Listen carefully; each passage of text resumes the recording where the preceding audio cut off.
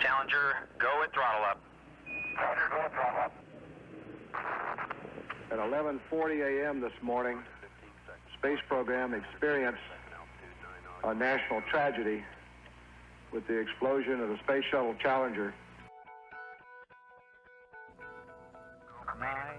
It was a bitter cold but sparkling clear morning at Cape Canaveral. Here, the last seconds of the countdown. 3, 2, 1, and liftoff. Liftoff of the 25th Space Shuttle mission, and it has cleared the tower. All the communications between the shuttle and mission control indicated everything was going fine. There was a sense of relief that the much-delayed flight was finally underway. Engines at 65%, 3 engines running normally, 3 good fuel cells, 3 good APUs. Engines throttling up, 3 engines now at 104%. Challenger, go at throttle up. Challenger, go at throttle up. It happened just over 1 minute into flight. 1 minute, 15 seconds. Velocity 2,900 feet per second. Altitude 9 nautical miles. Downrange distance 7 nautical miles.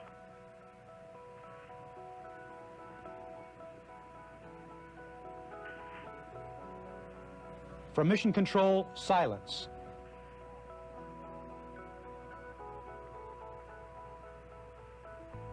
Then the bland, chilling report. We have a report from the flight dynamics officer that the vehicle has exploded. Flight director confirms that. We are looking at checking with the recovery forces to see what can be done at this point.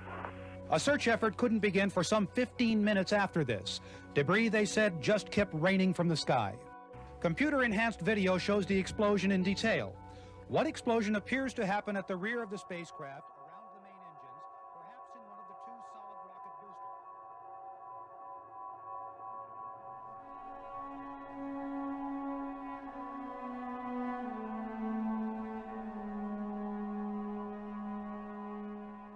The crew of the Space Shuttle Challenger honored us for the manner in which they lived their lives.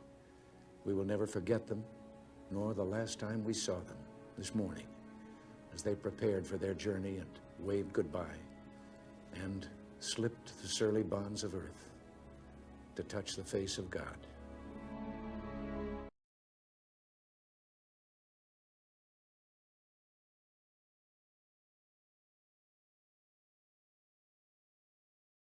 Years old, okay? Is that right? 67? Whatever. I never said I was a mathematician. The problem is, I remember this happening, and everybody was so broken up. But if you put just a little tiny bit of effort into it, you'll find out not only was that explosion a hoax, none of these people died.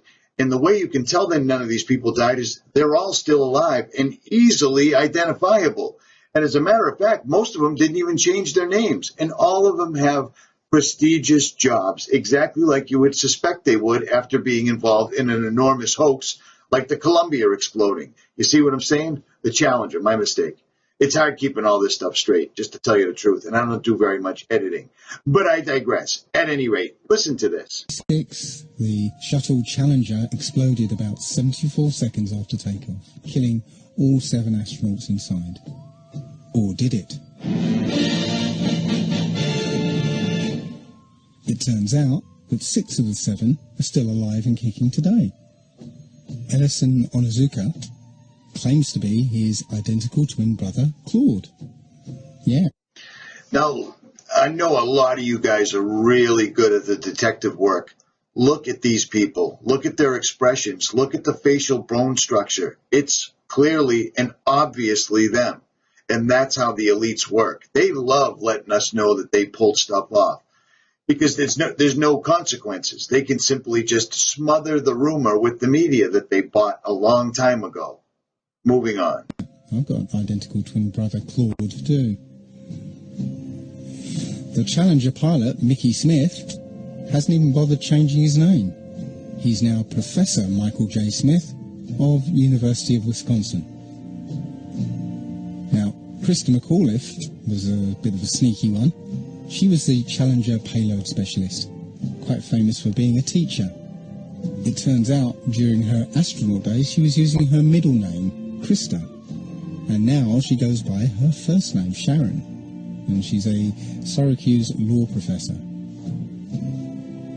The Challenger commander, Francis Richard Scobie,